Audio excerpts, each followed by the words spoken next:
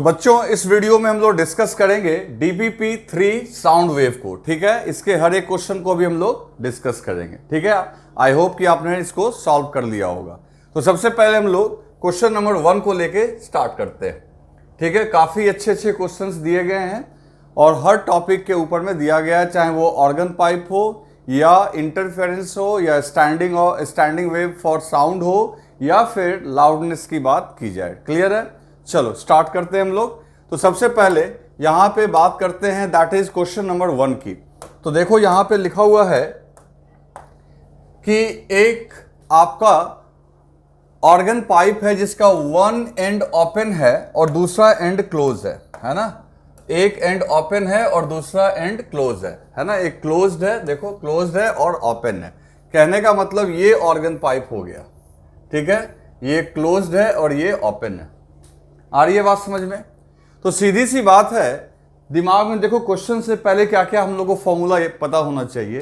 तो ये बिहेव करेगा जैसा कि हमने पढ़ रखा है कि string fixed at one and, मतलब यहां पे नोड बनेगा। ठीक है, यहां पे नोड बनेगा और ये होगा एंटी नोड, जो कि इस केस में आपका प्रेशर के हिसाब से एंटी नोड, ये डिस्प्लेसमेंट के हिसाब से ये नोड, सॉरी प्रेशर के हिसाब से ये नोड और प्रेशर के हिसाब से ये एंटी नोड। क्लियर है? फिर याद करो इसका फॉर्मूला जो अपने को फंडामेंटल फॉर्मूला बताया गया था, फॉर्मूला फ्रीक्वेंसी के लिए जो फॉर्मूला बताया गया था वो बताया गया था F equals to n plus half. इससे आपका रिवीजन भी हो जाएगा, n plus half V upon 2L। और क्या मैंने बताया था कि इसमें सिर्फ ऑड हार्मोनिक्स होते हैं, जैसे फर्स्ट हार्मोनिक के बाद सीधा थर्ड, थर्ड के बाद फिफ्थ, फिफ्थ के बाद सेवेंथ। ओके, ये कॉन्सेप्ट अपने दिमाग में आ गया। अब आगे चलते हैं, क्वेश्चन पे चलते हैं। तो ऐसे ही एक ऑर्गन पाइप की बात की जा रही है। अब यहां पे तुम गौर से देखो, कह रहा है कि इस ट्यूब में मान लो ये दो फ्रीक्वेंसी का स्टैंडिंग वेव जनरेट किया जा सकता है। एक फ्रीक्वेंसी है 220 हर्ट्ज और दूसरा है 260। Okay, 220 and 260। और ये दोनों नियरेस्ट है। नियरेस्ट है मतलब जैसे कि अगर कोई पूछे सातवें हार्मोनिक का नियरेस्ट कौन होगा, तो नौमा होगा, क्योंकि यहां आठवां और छठा तो होगा नहीं। सातवां के बाद सीधा नौमा, या सातवां से पहले पांचवां, फिर नौमा के बाद 11वां। तो आपको बोल रहा है यहां पे क्वेश्चन में कि 220 और 260 जो है इसके दो नियरेस्ट हार्मोनिक है। तो गेस करो इसका फंडामेंटल फ्रीक्वेंसी क्या होगा। तो पहली बात, कोई भी फ्रीक्वेंसी, फंडामेंटल फ्रीक्वेंसी जो होती है बच्चों, उसके मल्टीपल में ही होता है, चाहे वो ऑड में हो या इवन में हो, है ना। हालांकि यहां इवन वाले ही पॉसिबल है, लेकिन उसका मल्टीपल पक्का होगा। तो अब पहले तो इसमें से देखो ऐसे क्वेश्चंस को कैसे सॉल्व करना है कि आपको इन चार चॉइस में से वो नंबर ढूंढना है जिससे ये आपका एक पूरी तरीके से उसका मल्टीपल हो, कैंसिल हो सके, उतना गुना हो। तो देखो ये 10 का भी है, 10 से इसको डिवाइड करेंगे तो ये 22वां होगा और ये 26वां होगा। यानी अगर हम 10 फंडामेंटल लेके चलें, अगर मान लें फंडामेंटल फ्रीक्वेंसी 10 हर्ट्ज है तो ये 22वां होगा और ये 26th होगा। तो ये तो गलत हो गया, क्योंकि ये ओपन और क्लोज ऑर्गन पाइप है, जहां 22 एक इवन नंबर है, 26 भी इवन नंबर है, जबकि सिर्फ ऑड हार्मोनिक्स होनी चाहिए। तो ये इससे हालांकि ये कैंसिल दोनों हो रहा है, मतलब इसके मल्टीपल में है, लेकिन ये आपका सही आंसर नहीं होगा। अब बात करते हैं 30। तो ये 30 के मल्टीपल में तो आएगा ही नहीं, क्योंकि 210 30 के मल्टीपल में होता है, ये भी नहीं होगा। तो 30 को रिजेक्ट कर दिया हमने। ये 40 के भी मल्टीपल में नहीं आएगा, लेकिन ये 20 के मल्टीपल में आएगा। 20 से अगर इसको डिवाइड करेंगे बच्चों तो ये आएगा आपका 11, है ना।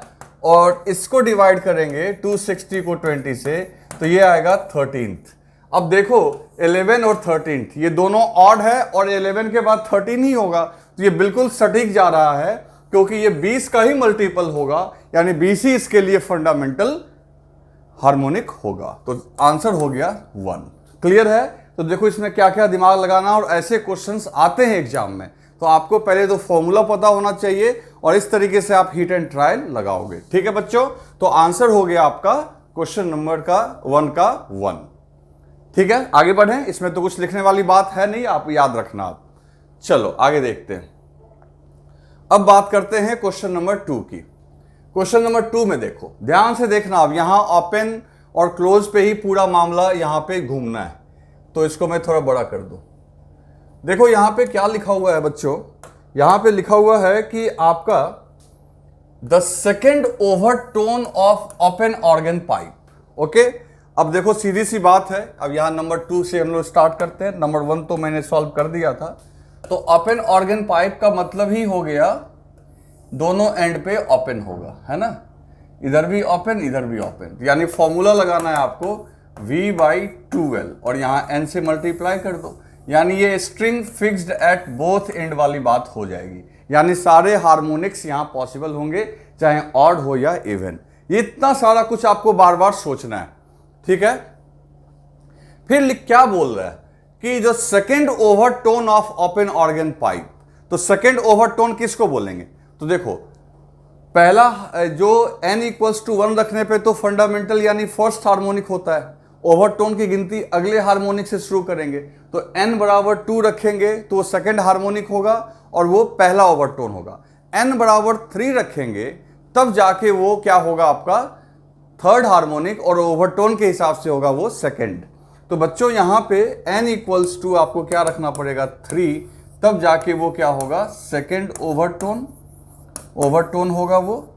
और जो यहाँ पे लेंथ है, मान लो इसकी लेंथ है L1, तो उस केस में फ्रीक्वेंसी हो जाएगी आपकी n के जगह 3 रख देते हैं, n के जगह हम लोग 3 रख देंगे, 3V/2L1।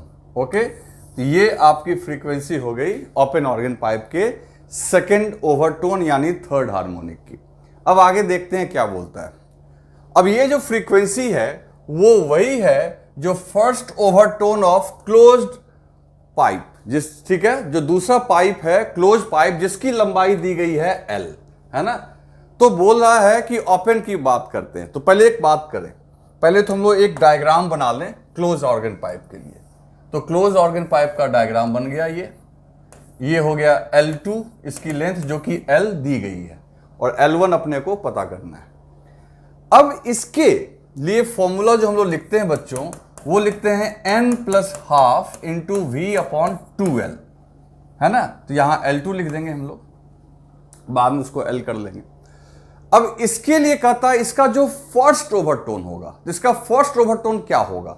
तो बच्चों इस केस में n = 0 करोगे तो इसकी पहली हार्मोनिक आएगी, फंडामेंटल हार्मोनिक आएगी, जो कि आएगी V/2, देखो 2 × 2 4, तो ये आ जाएगा आपका 4L2, और L2 का वैल्यू L रख दो, 4VL। ये इसका आ गया कौन सा, ये आ गया इसका फंडामेंटल के बाद जैसे ही n का वैल्यू 1 रखोगे तो वो इसका होगा सेकंड नहीं बल्कि थर्ड हार्मोनिक, क्योंकि 3 गुना हो जाएगा।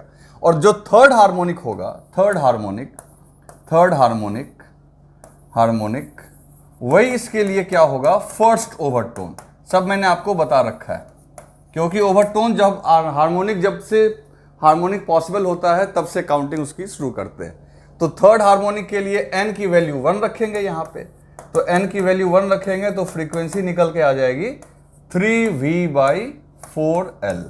और ये जो फ्रीक्वेंसी है इसके फर्स्ट ओवरटोन की फ्रीक्वेंसी इसके सेकेंड ओवरटोन के बराबर है। तो ये हो गया आपका इक्वेशन नंबर 1, ये हो गया आपका इक्वेशन नंबर 2। तो आप यहां लिख सकते हो फ्रॉम 1 and 2, 1 और 2 से, फ्रॉम 1 and 2। तो फ्रॉम 1 and 2 यहां देखो क्या लिखेंगे हम लोग, 3V/2L1, क्योंकि गैस वही है, ये मान के चलेंगे कि गैस का नेचर वो सब सेम है, इसलिए वेलोसिटी को चेंज मत करना। तो 3V/2L1 = 3V/4L। ओके, अब यहां से देखो ये आपका 3V कैंसिल हो गया, तो L1 = जो आके निकल गया आएगा आपका तो 2L, यानी इसकी लेंथ से 2 गुनी होगी। क्लियर है, मतलब इसकी लेंथ जो होगी इसकी लेंथ से 2 गुनी होगी, जो कि यहाँ पे आ रहा है। और जैसा कि हम लोग आंसर नंबर 4 को मार्क कर सकते हैं, ठीक है। तो इसको राइट डाउन कर लो, किसी को राइट डाउन करना है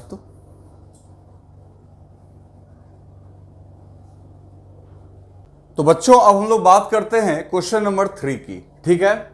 अब इस क्वेश्चन में आपको मैं एक कॉन्सेप्ट बताऊंगा, ऐसा नहीं है कि ये कुछ नया है, लेकिन अभी मैं आपको एक थ्योरी बताऊंगा यहां से रिलेटेड, जो कि आपको कई जगह प्रॉब्लम को सॉल्व करते समय मदद करेगी, ठीक है। ये एक एक्सपेरिमेंट से रिलेटेड आपका प्रॉब्लम है। तो सबसे पहले आप हम लोग देखते हैं कि क्वेश्चन में बोल क्या रहा है, उसके बाद मैं आपको समझाऊंगा कि आखिर ये माजरा क्या है। देखो लिखा हुआ है in air column closed at one and and open at other resonates with tuning fork when the smallest length of the column is 50 centimetre, the next larger length of the column resonating with the same tuning fork is. मतलब हर एक जगह तो frequency change करने की बात आती है, N की वैल्यू अलग अलग करके, यहां लेंथ चेंज करने की ही बात आ रही है। आखिर ऐसा क्यों आया, क्यों इस केस में लेंथ आपको चेंज करने की बात आई, और मैं यहां क्या आपको बताने जा रहा हूं वो आप समझो जरा। तो ये तो आपने लिख लिया होगा, ये तो प्रीवियस क्वेश्चन का था। आगे चले तो हम लोग अब एक टर्म पहले मैं यहां लिख देता हूं, रेजोनेंस इन एयर कॉलम। तो जब रेजोनेंस इन एयर कॉलम की बात आती है तो देखो ये लैब में एक प्रैक्टिकल करते हैं एक इंस्ट्रूमेंट के साथ, उस इंस्ट्रूमेंट का ही नाम है रेजोनेंस एयर कॉलम, है ना, या रेजोनेटिंग कॉलम लिखा हुआ रह सकता है।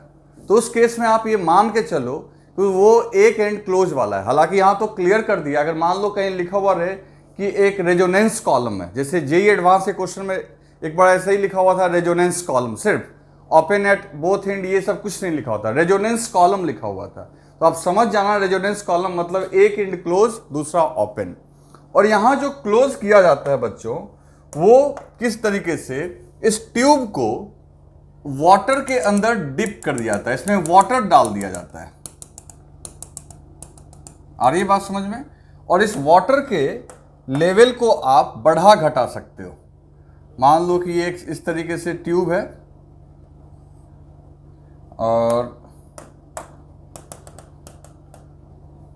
समहाउ यहां से आप वाटर को बाहर निकाल या अंदर डाल सकते हो। तो इस तरीके से ये वाटर लेवल को घटाया या बढ़ाया जा सकता है।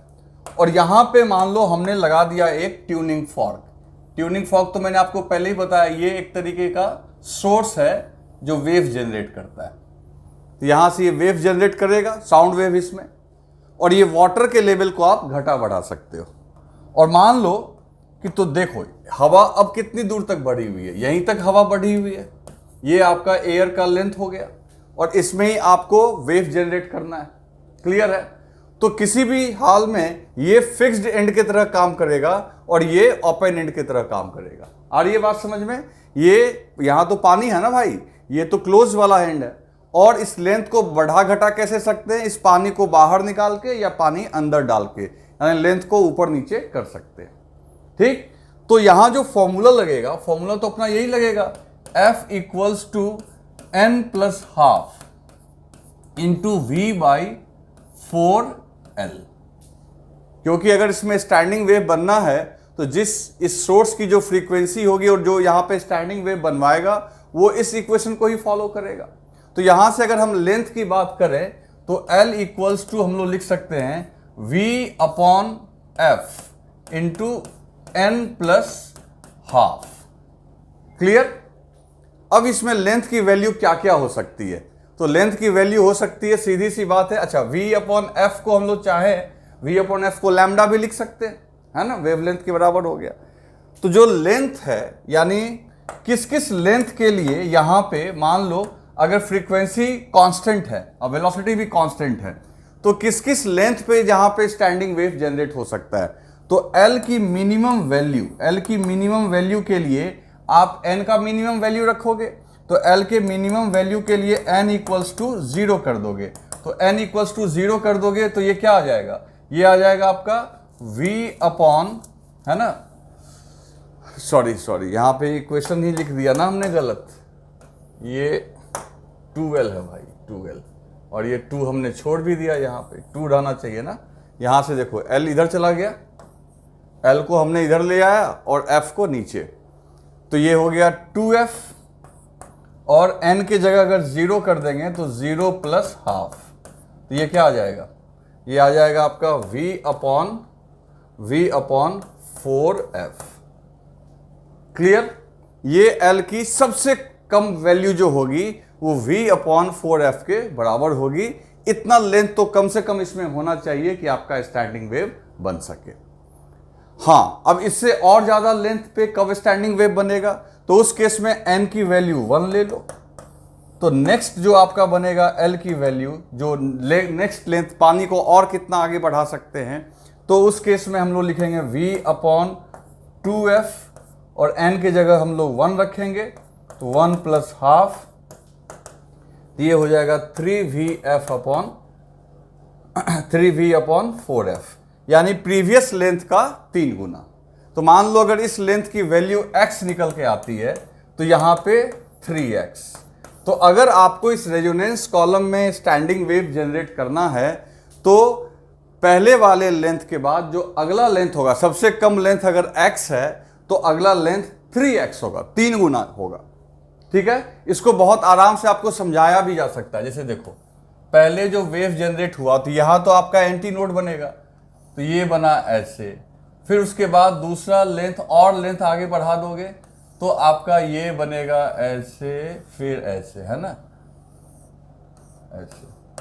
तो इस तरीके से आप लेंथ बढ़ाते जाओगे तो हाइयर आपका हार्मोनिक मिलता जाएगा। तो कम से कम रेजोनेंस कॉलम की लेंथ होनी चाहिए v/4f। आज से याद रखेंगे हम लोग v/4f, और अगली लेंथ जो होगी वो इसके 3 गुनी होगी, और अगली लेंथ जो होगी वो आप समझ लो कि वो होगी 5v/4f। यहाँ फ्रीक्वेंसी सोर्स की तो कांस्टेंट हम लोग लेके चल रहे हैं कि सोर्स की जो ये सोर्स है, और सोर्स का काम कौन कर रहा है बच्चों? Tuning fork. ये सब चीज आप याद रखना, ठीक है ना। तो यहाँ पे हम लोग कह सकते हैं कि जो लेंथ होना चाहिए, तो जिसके लिए यहाँ पे स्टैंडिंग वेव बनेगा, तो मैं पहले आप इसको लिख लो, फिर मैं इसको जनरलाइज कर देता हूं। पहले आप फटाफट लिखो, लिख लिया आपने? चलो अब मैं आपको उन लेंथ की चर्चा कर दूं। तो कौन कौन सा लेंथ यहाँ पे हो गया? तो याद रखना, रेजोनेंस कॉलम का जो लेंथ होना चाहिए, जिसके लिए आपको वहां पे सबसे कम लेंथ जो हुआ वो हुआ v/4f। ठीक है, नेक्स्ट आपका क्या आएगा? 3v/4f। नेक्स्ट क्या आएगा बच्चों? 5v/4f। तो आप इस तरीके से लेंथ निकालते चले जाओगे। आ रही है बात समझ में?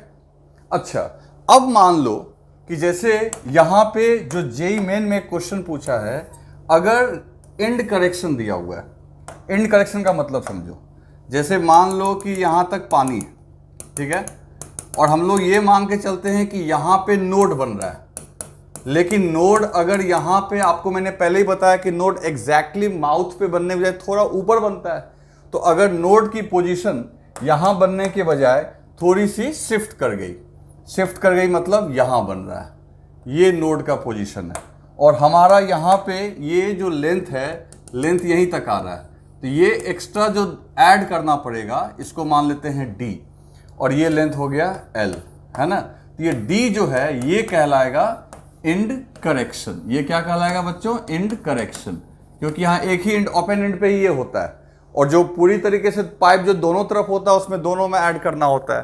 तो इस केस में जब लेंथ हम लोग रिवाइज्ड लेंथ कैसे लिखेंगे, सो देखो, जो भी आपने यहाँ लिखा है सब में ये d ऐड करते चले जाओ। तो इस केस में होगा v/4f प्लस d। दूसरा लेंथ पॉसिबल जो होगा v/4f, 3v/4f plus d, 5v/4f plus d। तो अगर क्वेश्चन में एंड करेक्शन दिया हुआ है तो आपको एंड करेक्शन को ऐड करना है, ठीक है। लिख लो इसे, लिख लिया आपने। ये एक बहुत इंपॉर्टेंट कॉन्सेप्ट मैंने आपको बता दिया।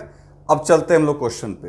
तो क्वेश्चन में देखो क्या कह रहा है कि रेजोनेंस कॉलम दिया हुआ है, मिनिमम लेंथ है 50, तो अगला लेंथ कौन सा होगा? तो देखो अब तो तुम इसमें सॉल्व करने की भी जरूरत नहीं है, तो अगला लेंथ 3 गुना होगा, ठीक है। तो ये 50 है तो अगला हो जाएगा 150। ये पूछा हुआ क्वेश्चन है, देखो कितना आसान है। उसका अगला कितना होगा? तो 5 गुना होगा, तो 50 का 5 गुना क्या हो जाएगा? 250। क्लियर है? तो इतना इजीली आप सॉल्व कर सकते हो, बस इन थ्योरी को याद रखो। आगे चलें, ठीक है। अब बात करते हैं बच्चों क्वेश्चन नंबर 4 की। क्वेश्चन नंबर 4 में देखो क्या बोल रहा है। क्वेश्चन नंबर 4 में कह रहा है कि fundamental frequency of closed organ pipe of length 20 centimetre is equal to second overtone of organ pipe open at both ends. The length of organ pipe open at both ends is. Simple formula putting है। देखो सबसे पहली बात, fundamental frequency of closed organ pipe of length 20 centimetre, जो आपका closed organ pipe है, इसको मैं ऊपर कर दूं। क्वेश्चन नंबर ये है हमारा फोर्थ। तो फोर्थ में क्या बोल रहा है कि आपका क्लोज्ड ऑर्गन पाइप, ठीक है, ये क्लोज्ड ऑर्गन पाइप हो गया, ठीक है। अब इसकी लेंथ दी गई है L1 आपको 20 सेंटीमीटर। इसकी फंडामेंटल फ्रीक्वेंसी जो हो जाएगी बच्चों F equals to 3V, sorry वो हो जाएगी, फंडामेंटल फ्रीक्वेंसी का फॉर्मूला याद होगा आपको, V अपॉन 4L1, है ना, और L1 की वैल्यू ये। फिर कह रहा है कि इसकी जो फंडामेंटल फ्रीक्वेंसी है वो इक्वल है second overtone of organ pipe open at both and. अब देखो जो दोनों एंड्स पे ओपन है, पहली बात है उसके केस में फॉर्मूला ही लगाना पड़ेगा, NV अपॉन 2L2, इसकी लंबाई L2 मान लेते हैं। सेकेंड ओवरटोन का मतलब क्या हो गया, तो यहां तो देखो n इक्वल्स टू 0 रखोगे तो फंडामेंटल, n इक्वल्स टू 2 रखोगे तो सेकेंड हार्मोनिक, और सेकेंड हार्मोनिक यहाँ का फर्स्ट ओवरटोन होता है, और फिर यहाँ थर्ड हार्मोनिक भी होता है क्योंकि इसमें लगातार होते हैं, और इसका थर्ड हार्मोनिक इसके सेकेंड ओवरटोन के बराबर होगा, थर्ड हार्मोनिक सेकेंड ओवरटोन, और उसके लिए n का वैल्यू 3 रखोगे। तो n इक्वल्स टू अगर 3 रखेंगे तो जाके फ्रीक्वेंसी की वैल्यू 3V/2L2 आएगी, है ना। और इसकी जो ये सेकेंड ओवरटोन हो गई, ये second overtone, harmonic third, overtone second, तो ये हो गया आपका सेकेंड ओवरटोन। अब ये फ्रीक्वेंसी इसके फ्रीक्वेंसी के बराबर है, उसका थर्ड हार्मोनिक यानी सेकेंड ओवरटोन इसके फंडामेंटल के बराबर है, तो दोनों को इक्वेट कर दो। तो दोनों को इक्वेट कर देते हैं। सो इसको 1 मान लो, इसको 2 मान लो, तो फ्रॉम 1 and 2, तो फ्रॉम 1 and 2, 1 और 2 से, तो V upon 4L1 equals to 3V upon 2L2, है ना। अब यहाँ पे देखो सॉल्व कर लेते हैं, V से V कैंसिल हो गया, और L1 आपका दिया हुआ है 80 सेंटीमीटर, ओके। तो L2 इक्वल्स टू 3 इंटू, अब यहाँ से जाएगा ये 3 इंटू 80, और ये 2 यहाँ रहने दो नीचे में 2, तो ये आ गया आपका 120 सेंटीमीटर, क्योंकि ये 40, तो इसकी लंबाई हो गई 120 centimetre, and which is given in option number 2। तो second is the right answer. तो इसको लिख लो 120 सेंटीमीटर, जस्ट फॉर्मूला आपको याद करना था, ठीक है। आगे चले, चलो उसके बाद बच्चों बात करते हैं क्वेश्चन नंबर 5 की। 5 में देखो क्या लिखा हुआ है, 5 में लिखा हुआ है the number of possible natural oscillation of air column in a pipe closed at one end of length 85 centimetre whose frequencies lies below 1250 hertz are, ठीक है। अब देखो फ्रीक्वेंसी आप अपने हिसाब से कुछ भी लेना ले सकते हो, लेकिन आपको जो भी फ्रीक्वेंसी लेना है 1250 के नीचे वाला। तो ऐसी कितनी फ्रीक्वेंसी होगी जो यहाँ पे स्टैंडिंग वेव जनरेट कर सकती है उस पाइप में जिसकी लंबाई कितनी है 85 सेंटीमीटर और वेलोसिटी कितनी है 340। तो देखो इसमें क्या दिमाग लगाएंगे, देखो ये सब क्वेश्चन अपने में अलग अलग टाइप का है, आपको सोचना है बस। तो क्वेश्चन नंबर 5 में हम लोग बात करेंगे, क्वेश्चन नंबर 5 की बात करते हैं हम लोग। तो 5 में देखो फ्रीक्वेंसी इक्वल्स टू, फॉर्मूला हम लोग का क्या है, तो n+12 है ना, n+12 upon V upon 2L, यही तो फॉर्मूला है अपना। तो पहले काम करते हैं, फ्रीक्वेंसी इक्वल्स टू n+12, और V के जगह हम लोग क्या रख देंगे बच्चों, जो दिया हुआ है वही रख दो, दैट इज 340। V है 340, साउंड की वेलोसिटी 340 है, और लेंथ आपका कितना है 85 सेंटीमीटर। तो 85 को 2 से मल्टीप्लाई करो, 85 को 2 से मल्टीप्लाई करो, और उसके बाद इसको मीटर में कन्वर्ट करना होगा अपने को। तो देखो ये कितना आ जाएगा, तो फ्रीक्वेंसी इक्वल्स टू n+12 ठीक है, और ये हो गया आपका इंटू ऊपर में हो गया 340 अपॉन ये हो जाएगा 170, ओके, ये हो जाएगा 170 85 इंटू 2, और ये ऊपर चला गया तो ये हो गया 100। अब ये देखो 2 टाइम्स में कैंसिल हो जाएगा, तो frequency equals to n plus half, ये 2 टाइम्स में कैंसिल हो गया तो ये हो गया 200। अब कौन कौन सी फ्रीक्वेंसी हो सकती है, तो अब ये n की वैल्यू फटाफट पुट करते चले जाओ। तो n की वैल्यू अगर 0 पुट करते हैं तो बच्चों फ्रीक्वेंसी निकल के आएगी हमारी, n की वैल्यू 0 पुट करने पे फ्रीक्वेंसी आई 100 हर्ट्ज। अच्छी बात है, ये 1250 से तो कम ही है, यानी ये स्टैंडिंग वेव जनरेट कर सकता है। n इक्वल्स टू 1 रखें तो फ्रीक्वेंसी जो निकल के आएगी 1 रखने पे जो निकल के आएगी वो आएगी 300। बहुत अच्छी बात है, आप तो जानते ही हो यहाँ ऑड हार्मोनिक्स आने वाले हैं। n इक्वल्स टू 2 रखें तो फ्रीक्वेंसी आएगी 500 हर्ट्ज, ये भी 1250 से छोटी है। n इक्वल्स टू 3 रखें तो फ्रीक्वेंसी आएगी निकल के 700 हर्ट्ज, बहुत अच्छी बात है। n इक्वल्स टू 4 रखें तो फ्रीक्वेंसी निकल के आएगी 900 हर्ट्ज, और n इक्वल्स टू 5 रखें तो ये फ्रीक्वेंसी निकल के आएगी 1100 हर्ट्ज। लेकिन अब n इक्वल्स टू 6 रखेंगे तो फ्रीक्वेंसी आएगी 1300 हर्ट्ज, जो कि 1250 से ऊपर है। मतलब ये तो जनरेट नहीं हो पाएगा, ये नहीं हो पाएगा। बाकी ये हो जाएगा, ये हो जाएगा, दो तो कितने 1 2 3 4 5 6, यानी 6 फ्रीक्वेंसी के लिए वहां पे स्टैंडिंग वेव बन सकता है। ठीक है, तो अपने को यही पूछा गया है कि 1250 के नीचे कितने फ्रीक्वेंसी के लिए वहां पे स्टैंडिंग वेव बन सकता है, तो आंसर हो गया 6। ठीक है, तो इसको आप राइट डाउन कर लो। मतलब क्वेश्चन इस तरीके से घुमा घुमा के आपसे पूछा जा सकता है।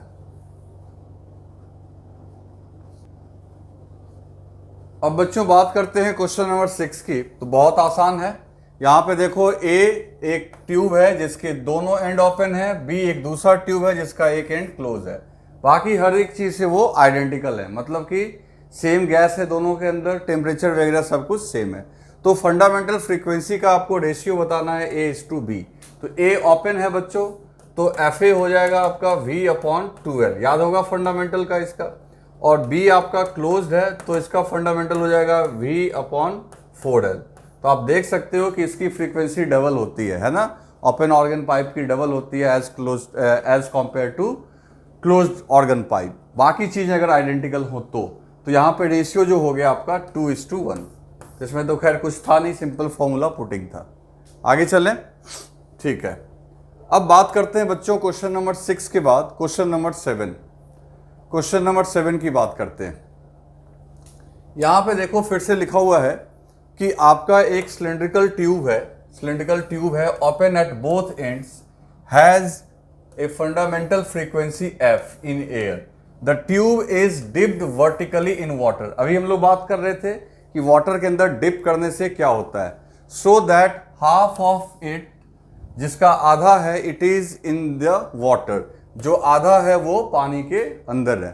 ठीक है, the fundamental frequency of the air column is now. पहले बात देखो, पहले क्या था, वो ओपन था। ठीक है, पहले वो ओपन ऑर्गन पाइप था, तो ओपन ऑर्गन पाइप था तो फॉर्मूला आपका चल रहा था क्या, V/2L। अब उसमें क्या किया, उसकी फंडामेंटल फ्रीक्वेंसी, अब उस ट्यूब को वर्टिकली डाउन किया गया पानी के अंदर और आधा पानी में डाल दिया गया, तो उसकी फ्रीक्वेंसी अब बतानी है तुम्हें, फंडामेंटल फ्रीक्वेंसी। चलो देखते हैं इसको हम लोग। तो ये है अपना क्वेश्चन नंबर 7। तो एकदम सिंपल सा आपको मैं डायग्राम के थ्रू बता देता हूं। ये पहले आपका ओपन ऑर्गन पाइप है, दोनों डायग्राम को बना लो, तो इससे ना आपका काम आसान हो जाएगा। और इसी ट्यूब को अब यहां पे क्या किया गया, पानी के अंदर डिप कर दिया गया, तो मतलब पानी यहां तक आ गया, तो इतना ट्यूब तो बेकार हो गया। अब यही ट्यूब की लंबाई रह गई कितनी, L/2। पहले ये L थी, अब है ये L/2।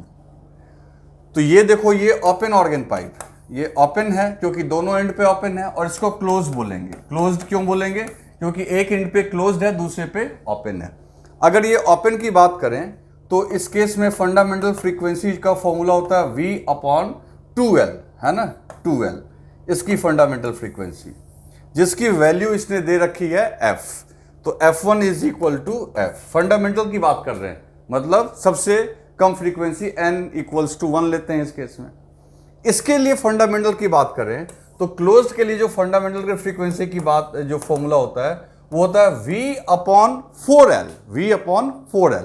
लेकिन आप देख सकते हो कि 4L में L2 लिखोगे जो कि इसकी लेंथ है, तो इसकी लेंथ भी आधी कर दी गई है। तो जब V/4 और L2 की जगह L/2 रखोगे तो ये 2 से कैंसिल होगा, तो ये भी आ जाएगा V/2L, और V/2L तो F1 यानी F के बराबर है, तो F2 बराबर V/4L2।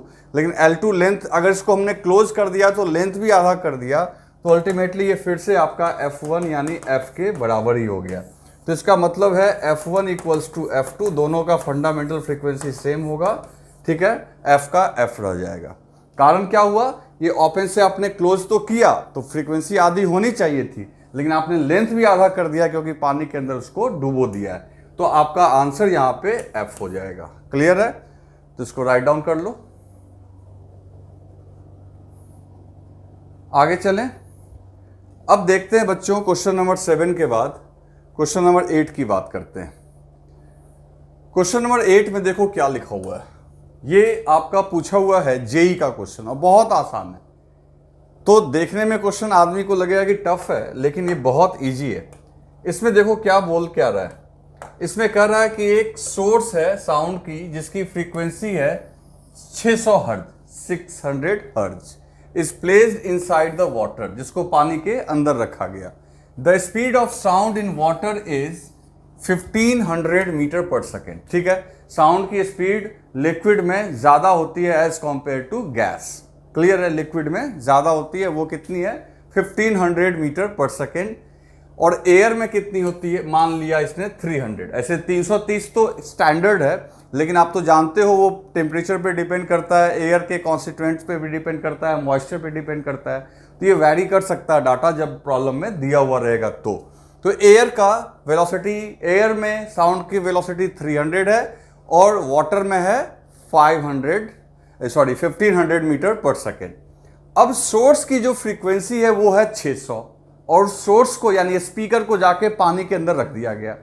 तो वो 600 की जो फ्रीक्वेंसी जब बाहर आएगी, जब देखो लिखा हुआ है ना, recorded by an observer who is standing in air, मतलब पानी के अंदर सोर्स को रखा गया, सोर्स से 600 हर्ट्ज की फ्रीक्वेंसी की वहां से साउंड निकली, जो वाटर से ट्रेवल करते हुए एयर में आएगी, यानी उसका मीडियम चेंज हो गया वाटर से एयर में।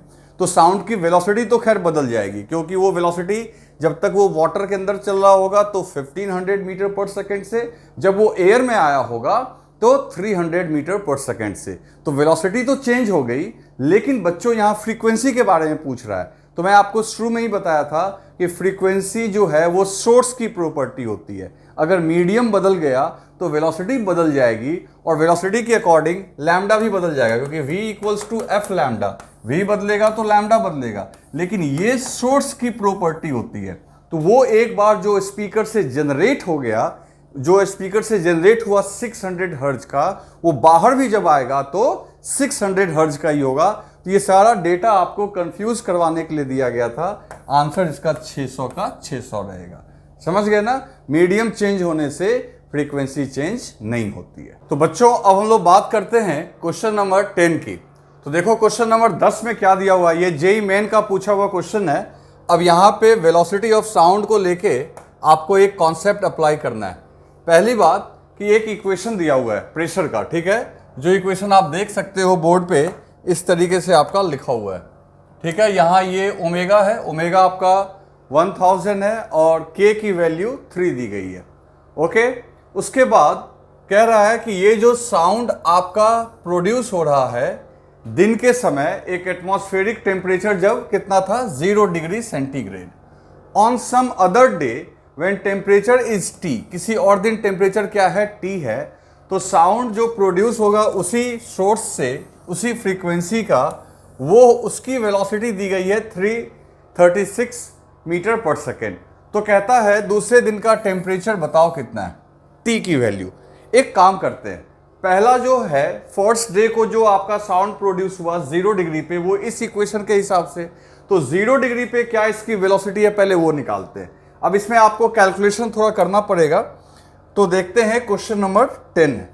तो क्वेश्चन नंबर 10 में बच्चों हम लोग अगर बात करें तो इक्वेशन दिया हुआ है 0.1 साइन, खैर पूरे इक्वेशन की जरूरत नहीं है, आप ओमेगा देख लो, ओमेगा है आपका 1000 और के की वैल्यू कितनी है 3, है ना। इक्वेशन में देखो दिस इज ओमेगा, ये ओमेगा है और ये के, तो आप तो जानते हो v equals to omega by k होता है, यानी 1000/3।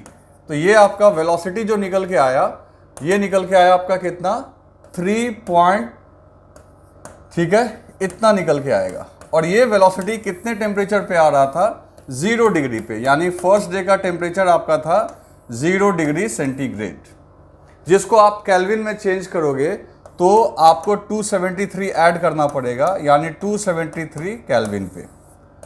फिर कहता है कि दूसरे दिन का टेम्परेचर T है जो कि अननोन है, ये टेम्परेचर 273 है, ये टेम्परेचर अननोन है, और इस दिन वेलोसिटी जो है वो 336 है। तो ये अननोन टेम्परेचर पूछ रहा है, तो इसमें कुछ नहीं करना है। आपको पता है ना वेलोसिटी का फॉर्मूला होता है √γ/RT/m0। तो बच्चों इसमें गामा आर और m0 को तो चेंज नहीं कर रहे हो, सिर्फ किसको चेंज कर रहे हो, टेम्परेचर को। तो एक काम कर लेते हैं, V1 यहाँ T1 लिख देते हैं, और इसी तरीके से V2 इक्वल्स टू √γ/T2/m0। अब इन दोनों को डिवाइड कर दो तो automatically V1/V2 is equal to √T1/T2। Clear है। T1 की वैल्यू आप रख दो 273 और T2 की वैल्यू अपने को निकालनी है। V1 कितना है, V1 आपका है 33 दिस, तो 3.33/336, और ये आ जाएगा अंडर रूट में 273 डिवाइडेड बाई T2 की जगह क्या लिख दोगे, T2 तो खैर चाहिए ही चाहिए, तो यही है। अभी दोनों तरफ स्क्वायर कर लो, स्क्वायर कर लोगे तो 3 पॉइंट का स्क्वायर अपॉन 336 का स्क्वायर, और इधर आ गया 273/T। तो यहाँ से इसको अगर आप सॉल्व करोगे तो टेम्परेचर आपको केल्विन में आएगा, लेकिन आंसर जो दिया हुआ है वो डिग्री सेंटीग्रेड में। अब इसमें थोड़ा दिक्कत वाली बात है, दिक्कत वाली बात ये है कि आपको कैलकुलेट करना पड़ेगा। तो भाई इसमें कॉन्सेप्ट तो कुछ नहीं था, आप कैलकुलेशन इसका कर लो, और जहाँ तक मैंने इसका आंसर देखा ये 4 डिग्री सेंटीग्रेड के आसपास आएगा, ठीक है ना। पहले तो यहाँ से केल्विन में आएगा, उसमें से 273 माइनस कर लेना, तो इस तरीके से डिग्री सेंटीग्रेड में आ जाएगा। तो ये इक्वेशन देखने से आपको आ जाएगा, ठीक है। तो इसको राइट डाउन कर लेना और सॉल्व जरूर कर लेना। कर लिया आपने, चलो आगे चलें। देखो अब बात करते हैं बच्चों क्वेश्चन नंबर 11 की। क्वेश्चन नंबर 11 में देखो क्या लिखा हुआ है। क्वेश्चन नंबर 11 में लिखा हुआ है the speed of sound in oxygen.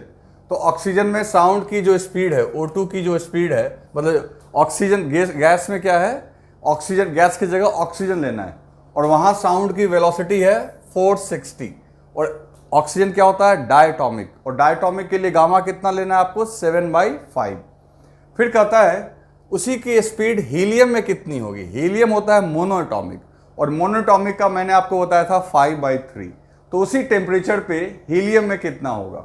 बच्चों ये भी क्वेश्चन आपका जेई मेन का पूछा हुआ है, लेकिन इसके कोई भी जैसा क्वेश्चन पूछा गया है क्वेश्चन बैंक में वही मैंने लिखा है, लेकिन इसमें से कोई भी चॉइस आपका करेक्ट नहीं आएगा, ठीक है। चॉइस ही गलत दिया होता है एग्जाम में, ऐसा होता है। तो उस केस में नियरेस्ट को मार देना है, तो जो करीब करीब है वो 650 से भी ऊपर आ रहा है, तो आप 650 मार्क कर सकते हो। अदरवाइज आप सॉल्व कैसे करोगे वो देखो, ये तो आपने लिख लिया होगा। अब हम लोग बात कर रहे हैं क्वेश्चन नंबर 11 की। तो पहले हम लोग देखते हैं वेलोसिटी इन O2।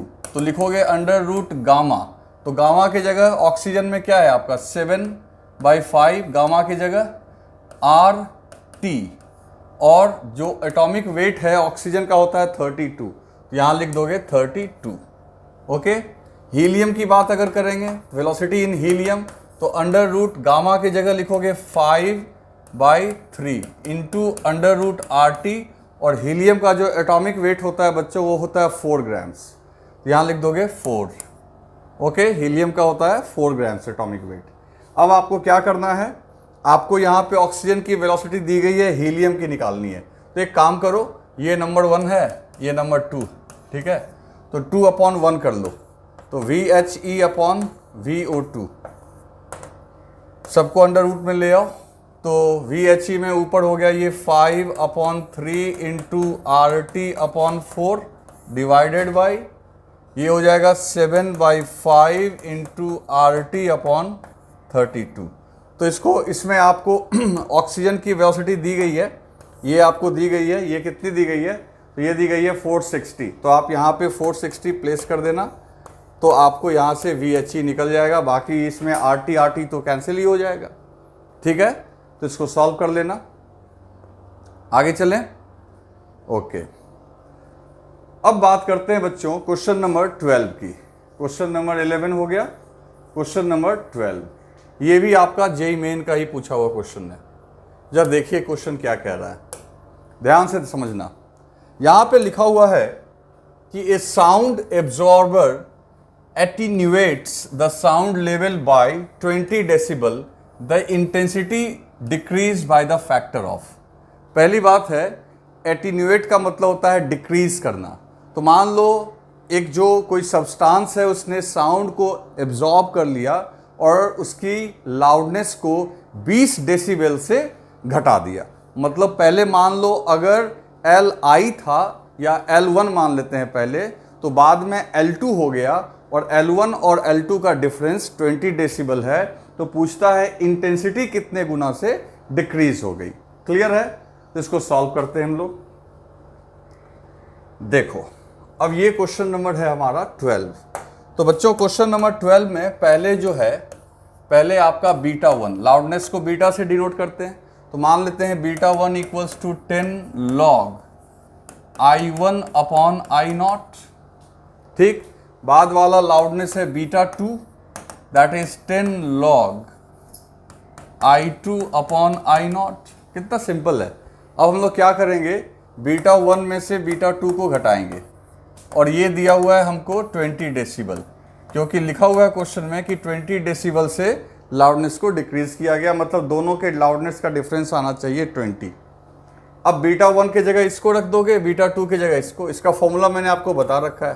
तो 10 कॉमन ले लोगे तो ये हो जाएगा log I1 upon I0 minus log I2 upon I0 equals to 20। ठीक है, तो ये हो जाएगा, ये 0 से 0 कैंसिल हो जाएगा, तो ये हो जाएगा आपका log, अब देखो log m minus log n, तो ये हो जाएगा आपका I1 अपॉन I2 और 10 से 20 कैंसिल हो जाएगा, तो इधर क्या आ जाएगा 2। क्लियर है। अब देखो आपका क्या निकल के आया, यहाँ पे निकल के आया log I1 upon I2 is equal to 2। तो अब एंटी लॉग लेंगे, यानी लॉग हटाएंगे, तो ये लॉग तो बेस जिसका पावर 10 है, बेस जिसका 10 है, तो जब बेस लॉग हटता है तो आपको मैंने बताया है कि उसका जो बेस है यहाँ ये पावर के फॉर्म में चला जाएगा। तो ये हो जाएगा I1 upon I2 is equal to 10 का पावर 2। क्लियर। तो इसका मतलब है कि आपका I1 upon I2 equals to हो गया 100, यानी कि जो इनिशियल इंटेंसिटी है वो फाइनल वाले की 100 गुनी है। तो इसका मतलब है इंटेंसिटी को 100 टाइम्स डिक्रीज किया गया। तो उस हिसाब से अपना आंसर हो गया 1। तो आपको अगर लाउडनेस का फॉर्मूला पता होता तब आप एग्जाम में इस क्वेश्चन को सॉल्व कर लेते। तो बच्चों अब बात करते हैं क्वेश्चन नंबर 13 की। तो देखो क्वेश्चन नंबर 13 में लिखा हुआ है क्लोज्ड ऑर्गन पाइप है। पहली बात, क्लोज्ड ऑर्गन पाइप है, has a fundamental frequency of 1.5 kilo hertz, जिसका फंडामेंटल फ्रीक्वेंसी है 1.5 kilo hertz. The number of overtones, अब ध्यान से सुनना, ये ओवरटोन की बात कर रहा है, कितने ओवरटोन वो सुन सकता है डिस्टिंक्टली, मतलब बिल्कुल एक आदमी। और तुम जानते हो कि जो ह्यूमन है वो आपका 20 हर्ट्ज से लेके 20,000 हर्ट्ज तक के साउंड को हम लोग आराम से सुन सकते हैं। ध्यान से समझो, पहले हम लोग का रेंज क्या है 20 हर्ट्ज से 20,000 हर्ट्ज तक।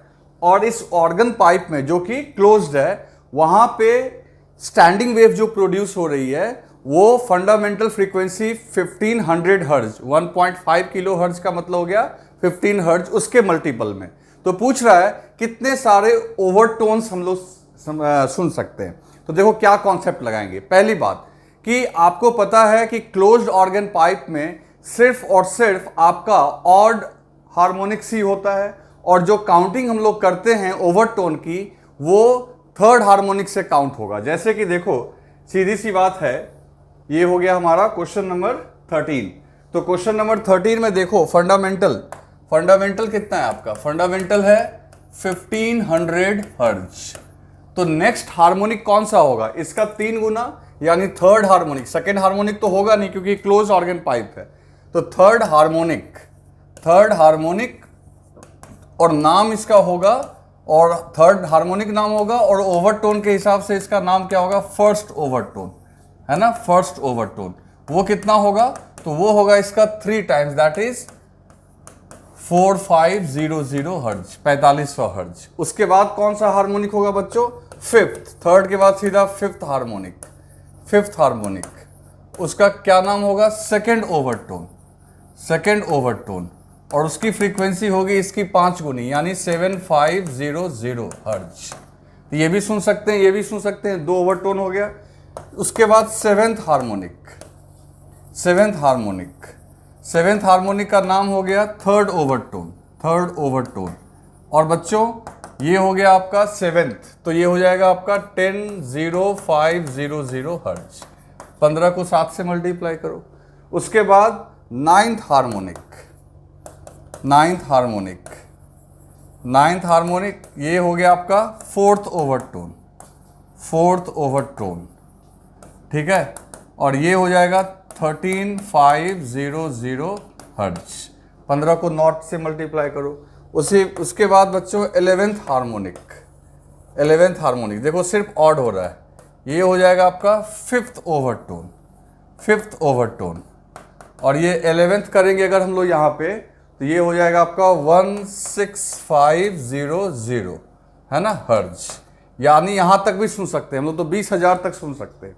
उसके बाद आएगा 12th हार्मोनिक का मतलब हो गया ये सिक्स्थ ओवरटोन, और 15 को 12 से मल्टीप्लाई करोगे, सॉरी 12 नहीं 13 होगा ना, 11 के बाद तो सीधा 13 आएगा, तो 13th हार्मोनिक को हम लोग सिक्स्थ ओवरटोन बोलेंगे। और ये आपका 13 ओवरटोन जो होगा वो कितना हो जाएगा, तो आपका 10, हाँ यस, ये हो जाएगा आपका 9500, ठीक है ना, 15 यस 9500। इसके बाद सीधा आएगा 15th हार्मोनिक जो कि 20,000 से ऊपर जाएगा, वो आप नहीं सुन सकते हो। तो सीधी सी बात है कि आपको ओवरटोन कितने मिल गए, 1 2 3 4 5 6, यानी 6 ओवरटोन हम लोग यहाँ पे सुन सकते हैं। तो इस तरीके से हम लोग को आंसर कर देना था, 6 ओवरटोन हम लोग सुन सकते हैं, ठीक है। तो इसे राइट डाउन कर लो।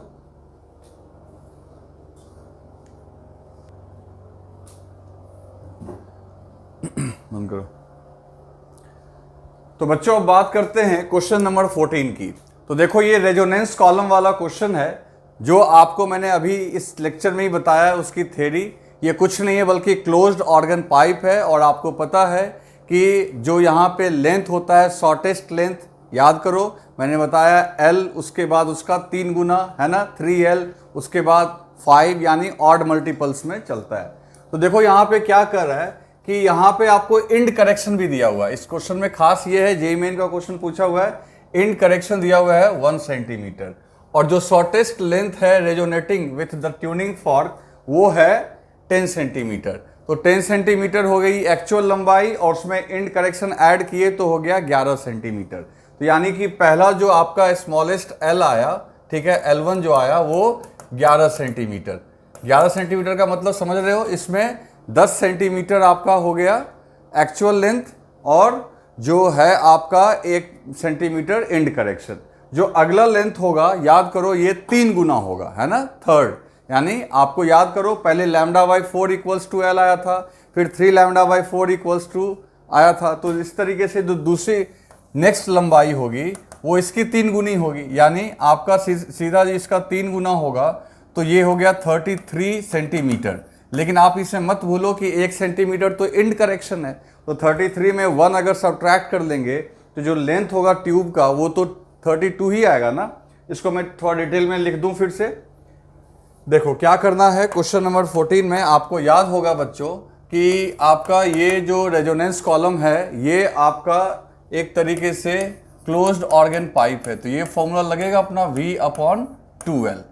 ठीक है, तो यहां से हम लोग जो फॉर्मूला लिखेंगे तो L इक्वल्स टू क्या लिखेंगे, तो L इक्वल्स टू आपका यहां पे L को इधर ले आओ, F को उधर ले जाओ, तो n+12, ठीक है, इंटू V/2F।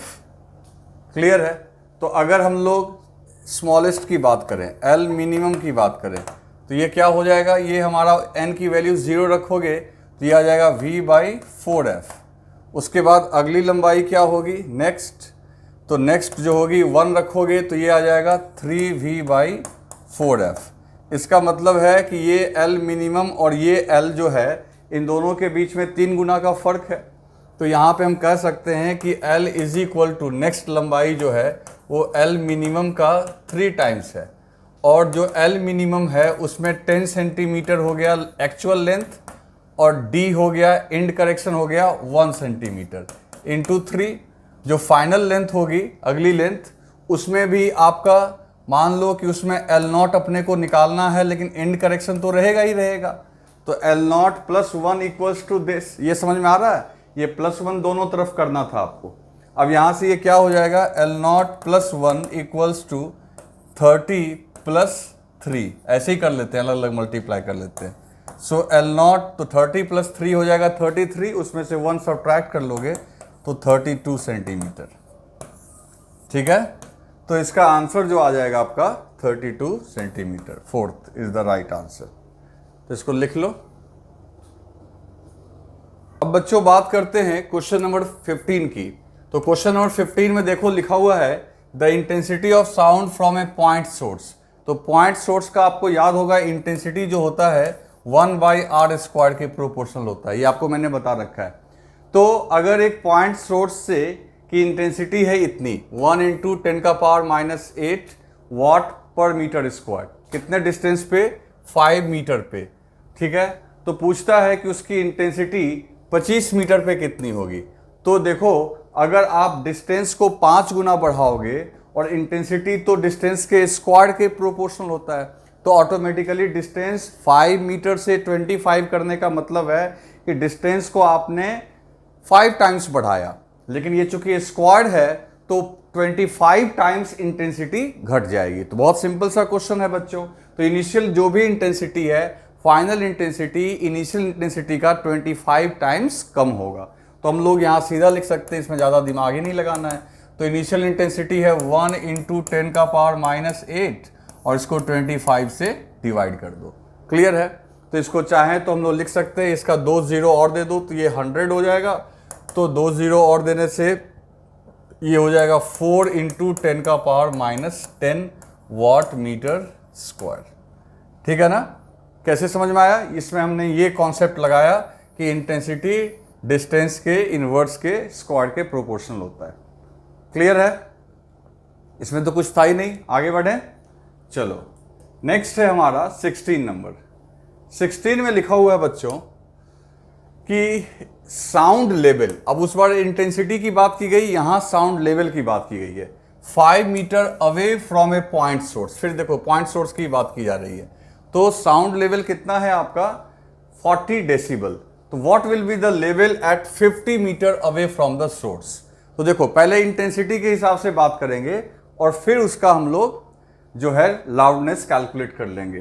तो क्वेश्चन नंबर 16, सबसे पहली बात है 16 में देखो, मान लेते हैं इनिशियल इंटेंसिटी को I, ठीक है। तो उसके लिए इनिशियल जो लाउडनेस आएगी 10 log, ठीक है, I/I0।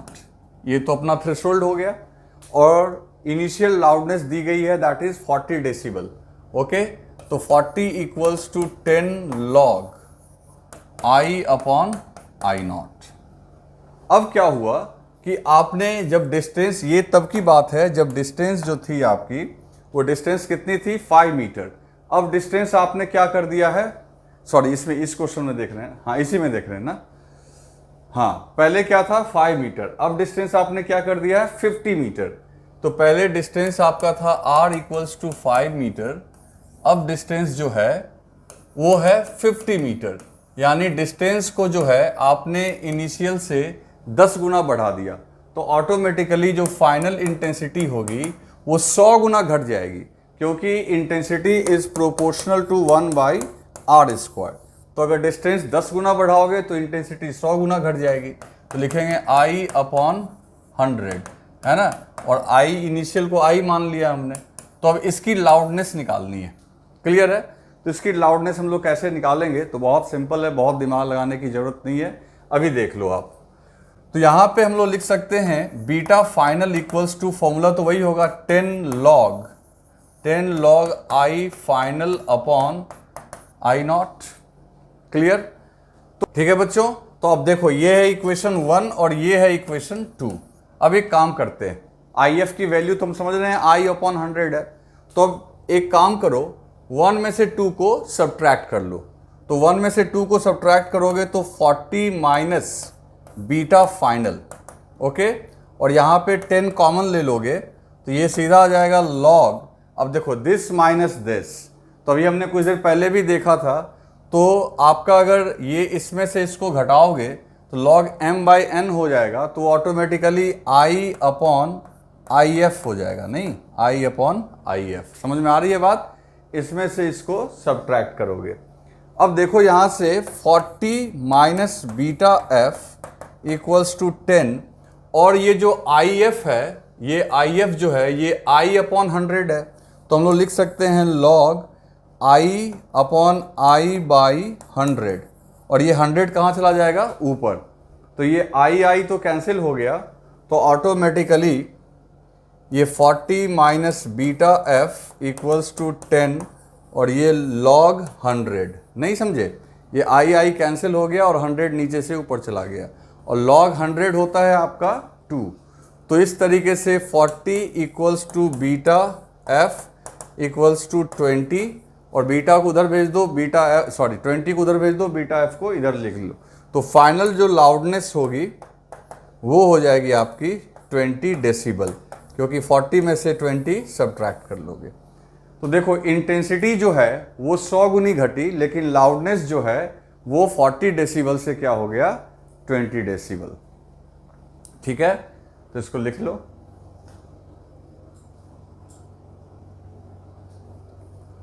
अब बच्चों नेक्स्ट क्वेश्चन देखते हैं। तो नेक्स्ट क्वेश्चन में आप देखो यहाँ पे लिखा हुआ है कि if the intensity of sound is double, intensity को आपने डबल किया, तो by how many decibels does the sound level increases. तो सीधी सी बात है, साउंड लेवल कितने से बढ़ जाएगा, यानी लाउडनेस। तो फॉर्मूला देखो ये हम लोग बहुत आराम से लगा सकते हैं।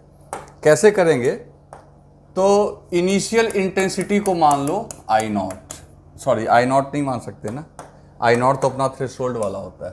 तो इनिशियल को I मान लो, फाइनल को मान लो 2I, ठीक है। अब इसके कॉरेस्पॉन्डिंग जो आपका लाउडनेस है वो है बीटा 1, और इसके कॉरेस्पॉन्डिंग जो है वो है बीटा 2। तो बीटा 1 से बीटा 2 में सब्ट्रैक्ट कर लेंगे तो इतना से डेसिबल इंक्रीज करेगा, तो बीटा 2 माइनस बीटा 1। तो अभी मैंने आपको फॉर्मूला भी ये डिराइव करके बता दिया था, इसको हम लोग लिख सकते हैं log IF upon I initial, है ना। दरअसल होता क्या है, पहले आप बीटा के लिए इक्वेशन लिखोगे तो उसमें भी log IF अपॉन I0 आएगा, बीटा 1 के लिए लिखोगे तो आपका 10 log I initial upon I0 आएगा, फिर दोनों को सब्ट्रैक्ट करोगे तो ये इस फॉर्मेट में आ जाएगा, क्लियर है। तो हमको इसी का वैल्यू निकालना है, तो ये हो गया 10, दिस इज log, और IF के जगह लिख दो 2I, और I इनिशियल की जगह लिख दोगे I। तो यहाँ से बच्चों ये आपका कैंसिल हो जाएगा, ये हो जाएगा 10 log 2, और log 2 का वैल्यू बेस 10 पे log 2 का वैल्यू जो होता है वो 0.3 होता है, क्लियर है। log 2 का वैल्यू होता है 0.3। तो ये हो गया 10 इंटू 0.3, ये हो जाएगा 3 डेसिबल। तो सोचो इंटेंसिटी को अगर आपने डबल किया तो इंटेंसिटी को डबल करने से लाउडनेस में जो इंक्रीमेंट आया वो बस कितने डेसिबल का, तो 3 डेसिबल का। क्लियर है? तो ये आप लिख लीजिए, बहुत आसान था। बच्चों अब बात करते हैं क्वेश्चन नंबर 18 की। तो क्वेश्चन नंबर 18 में देखो लिखा हुआ है sound with intensity larger than 120 decibel. एक साउंड है, अगर उसकी इंटेंसिटी जो है 110 डेसिबल से ज़्यादा हो जाए, अपीयर्स पेनफुल। कहने का मतलब है कि ऐसा सोर्स जिससे निकलने वाली साउंड 120 डेसिबल हो तो उसके आवाज़ को हमें झेलना मुश्किल होता है, ठीक है, किसी आदमी के लिए। फिर कहता है कि a small speaker deliver 0.2 watt of audio output, how close can a person get the speaker without hurting his ear. अब देखो क्या दिमाग लगाना है इसमें, थोड़ा अच्छा दिमाग लगाना है। सबसे पहली बात, इसको मैं ऊपर कर दूं। सबसे पहली बात कि इसमें आप इस क्वेश्चन में आपके लिए उसने लाउडनेस दे दिया कि आप 120 डेसिबल से ज़्यादा अगर सुनोगे तो आपको दिक्कत आएगी। मतलब लाउडनेस का जो अलाउड वैल्यू है हमारे लिए यहाँ पे 120 डेसिबल। तो यहाँ से हम इंटेंसिटी निकाल लेते हैं कि आखिर कितनी इंटेंसिटी का ये लाउडनेस होगा। तो बच्चों फॉर्मूला तो अपने को पता है, beta equals to 10 log I upon I nought. Formula पता होना चाहिए, ठीक है। तो यहाँ से देखो बीटा की value 120 equals to 10 log I upon I nought. I nought की वैल्यू होती है बच्चों 10 का पावर -12 थ्रेशोल्ड। अब यहाँ से ये 0 0 कैंसिल करो। अब अगर तुम लॉग हटाओगे यहाँ से तो ये 10 के पावर में चला जाएगा, 10 का power 12 equals to I upon 10 का पावर -12। ये प्लस पावर कैसे चला गया ऊपर में, क्योंकि लॉग हटाओगे तो इसके बेस का पावर इधर वाला चला जाएगा। लॉग एंटी लॉग लेने का मतलब यही होता है। तो इस तरीके से फिर इसको इधर भेज दो। तो इंटेंसिटी जो निकल के आई, यानी अपने को ये दोनों को मल्टीप्लाई करेंगे, तो मल्टीप्लाई करेंगे तो ये तो 1 वॉट आ जाएगा। तो 1 वॉट पर मीटर स्क्वायर। तो बच्चों इंटेंसिटी जो हम लोग झेल सकते हैं इस आदमी के हिसाब से, वो इंटेंसिटी होना चाहिए 1 वॉट पर मीटर स्क्वायर, क्योंकि 1 वॉट इंटेंसिटी के लिए लाउडनेस कितनी आएगी 120। ठीक है, कहोगे क्वेश्चन खत्म हो गया? नहीं। अब देखो अब क्या कर रहा है कि ये जो इंटेंसिटी है ये इस स्पीकर के थ्रू है ना, स्पीकर के थ्रू, और इस स्पीकर से पूछता है कितनी दूरी पे ये हमारा ईयर रहे ताकि हम आराम से सुन सकें। तो सीधी सी बात है, इस स्पीकर से मान लो ये डिस्टेंस x है, तो यहाँ पे अगर आप हो तो यहाँ पे इसकी लाउडनेस 120 होनी चाहिए, मतलब कि यहाँ पे इसकी इंटेंसिटी इतनी होनी चाहिए। अब ये स्पीकर जो है, स्पीकर क्या है? Point source. अब पॉइंट सोर्स से जो वेव निकलेगा स्फेरिकल है ना। तो तुम जानते हो इंटेंसिटी का फॉर्मूला होता है पावर अपॉन एरिया, है ना। ऐसे इंटेंसिटी होता है energy by time upon area.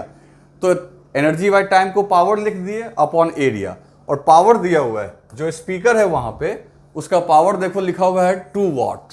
तो हम लोग क्या लिख देंगे? P की जगह 2 लिख देंगे। और एरिया तो स्पीकर पॉइंट सोर्स की तरह होता है, तो स्फेरिकल एरिया में आपका जाएगा, तो नीचे इसको डिवाइड कर दो 4 पाई एक्स स्क्वायर से, और I की वैल्यू हमने यहाँ निकाल रखी है 1 वॉट। तो 1 is equal to 2 upon 4 pi x square. तो x को इधर ले आओ, तो ये हो गया 2 अपॉन 4 पाई, है ना। तो इसलिए x इक्वल्स टू आपका ये आ जाएगा अंडर रूट ये कैंसिल हुआ, अंडर रूट 2 पाई, ये डिस्टेंस निकल के आ गया। क्लियर है बच्चों? तो इतना डिस्टेंस पे तो सीधी सी बात है। अब देखो एक बार फिर से मैं प्रॉब्लम को तुम्हें समझाता हूँ क्या क्या दिया हुआ था। तो ये एक स्पीकर था जिसका पावर था 2 वॉट। इससे x डिस्टेंस पे तुम्हें रहना है ताकि तुमको इस स्पीकर का लाउडनेस फील हो कितना 120 डेसिबल। और 120 डेसिबल का मतलब कितना एनर्जी कितना इंटेंसिटी हो गया 1 वॉट। कैसे हुआ वो आपके सामने मैंने कैलकुलेट कर दिया। और ये इंटेंसिटी आखिर इस x डिस्टेंस पे होगी, तो वो x की वैल्यू कैसे निकालोगे? तो सीधी सी बात है, पावर को सरफेस एरिया ऑफ स्फीयर से डिवाइड कर दो और उसमें x आपका आएगा, तो यहाँ से x आप निकाल सकते हो। बाकी यूनिट वगैरह तो सब ठीक है, यूनिट तो आपका यहाँ वॉटेज में ही दिया हुआ है और डेसिबल है, ठीक है, तो इसको राइट डाउन। अब बच्चों बात करते हैं क्वेश्चन नंबर 19 की। देखो अब इसमें भी ये क्वेश्चन भी आपको ढंग से दिया गया ताकि आप और दिमाग लगा सकें। यहाँ पे साउंड लेवल को बढ़ाना है बच्चों 50 डेसिबल से 60 डेसिबल तक। तो कहता है प्रेशर एम्पलीट्यूड को कितना गुना बढ़ाना पड़ेगा। अब देखो कैसे दिमाग लगाना है। पहली बात है कि डेसिबल इतना बढ़ाया गया, तो वहां से ये पता करो कि इंटेंसिटी कितना गुना बढ़ाना पड़ेगा। और आपको पता है कि इंटेंसिटी प्रेशर एम्पलीट्यूड के स्क्वायर के प्रोपोर्शनल है। तो इस तरीके से आप दिमाग लगा सकते हो। ये तो हो गया बच्चों, ठीक है। तो फॉर्मूला आपको फिर से वही लगाना है, उस फॉर्मूला से आपका काम बहुत आसान हो जाएगा। क्वेश्चन नंबर 19 में देखो, सीधी सी बात है, beta final minus beta initial, ठीक है, is equal to 10 log I final minus I initial. पहले तो ये पता कर लेंगे कि इंटेंसिटी कितना टाइम्स बढ़ाना है। तो ये हो गया 60 decibel minus 50 decibel equals to 10 into log I final upon I initial. अब 60 में से 50 सब्ट्रैक्ट करोगे तो ये 10 आएगा। 10 equals to 10 log I final mine upon I initial. अब यहाँ से देखो ये 0 0 कैंसिल, तो 1 equals to log I final upon I initial. अब लॉग हटाओगे तो ये पावर में चला जाएगा, 10 का power 1 equals to I final upon I initial. तो इस तरीके से 10 का पावर 1 तो 10 ही रहेगा ना बच्चों। तो जो फाइनल इंटेंसिटी है वो इनिशियल इंटेंसिटी की 10 गुनी होगी, यानी कि फाइनल इंटेंसिटी इनिशियल की 10 गुनी करोगे तब 10 डेसिबल का फर्क आएगा। और तुम जानते हो कि इंटेंसिटी जो है प्रोपोर्शनल होता है प्रेशर एम्पलीट्यूड के स्क्वायर के, तो ऑटोमेटिकली फाइनल प्रेशर एम्पलीट्यूड जो होगा, क्योंकि इसके जगह स्क्वायर लिख सकते हैं, यहाँ भी स्क्वायर लिखेंगे, और जब स्क्वायर हटाएंगे तो √10 इंटू पी आई। तो अगर इंटेंसिटी को 10 गुना करना है तो प्रेशर एम्पलीट्यूड को √10 टाइम्स करना पड़ेगा। √10 का स्क्वायर करेंगे तो 10 तो आ ही जाएगा। तो ऐसे ऐसे दिमाग यहाँ पे लगाना था, ठीक है। तो इसको राइट डाउन कर लो, तो √10 इसका आंसर होगा। अब बच्चों बात करते हैं क्वेश्चन नंबर 20 की। इसमें देखो noise level in classroom in absence of teacher is 50 decibel. जब टीचर नहीं होते हैं तो क्लास में जो हल्ला हो रहा होता है वो लाउडनेस है 50 डेसिबल। और क्लास में कितने बच्चे बैठे हुए हैं? 50 स्टूडेंट्स आर प्रेजेंट। तो assuming that average each student output same sound energy पर सेकेंड, ठीक है। तो यानी कि हर एक स्टूडेंट जो है वो सेम इंटेंसिटी लगा रहा है, तो 50 स्टूडेंट मिलके 50 डेसिबल का साउंड प्रोड्यूस कर रहे हैं। फिर क्या हुआ? फिर लिखा हुआ है what will be the noise level if number of student increase to 100। तो सीधी सी बात है, देखो सोर्स की संख्या डबल हो गई। पहले 50 बच्चे मिलके शोर मचा रहे थे तो कितना डेसिबल का साउंड प्रोड्यूस हो रहा था? 50 का। अब वो 100 बच्चे अगर शोर मचाएंगे तो कितने का होगा? तो ऑटोमेटिकली इंटेंसिटी आपकी डबल हो जाएगी। तो आपका जो है लाउडनेस कितना होगा? तो फॉर्मूला फिर हम लोग वही लगा देंगे, beta final minus beta initial. ये बहुत बढ़िया फॉर्मूला है बच्चों। Is equal to 10 log IF upon I initial. तो बच्चे तो डबल हो गए तो इंटेंसिटी भी डबल हो जाएगी। तो ऑटोमेटिकली ये हो जाएगा 10 log 2I अपॉन आई। तो आई कैंसिल हो गया। बीटा फाइनल और बीटा इनिशियल कितना है बच्चों? 50 डेसिबल। तो ये 50 डेसिबल है। और यहाँ देखो ये 10 और log 2, तो log 2 होता है कितना? 0.3। तो 0.3, तो ये हो जाएगा 0.3 इंटू 10 3। तो beta final is equal to, उधर से 50 को इधर भेजो तो 50 प्लस 3 कितना हो गया? 53 डेसिबल। ओके, ठीक है। तो इसको राइट डाउन कर लेना। ओके।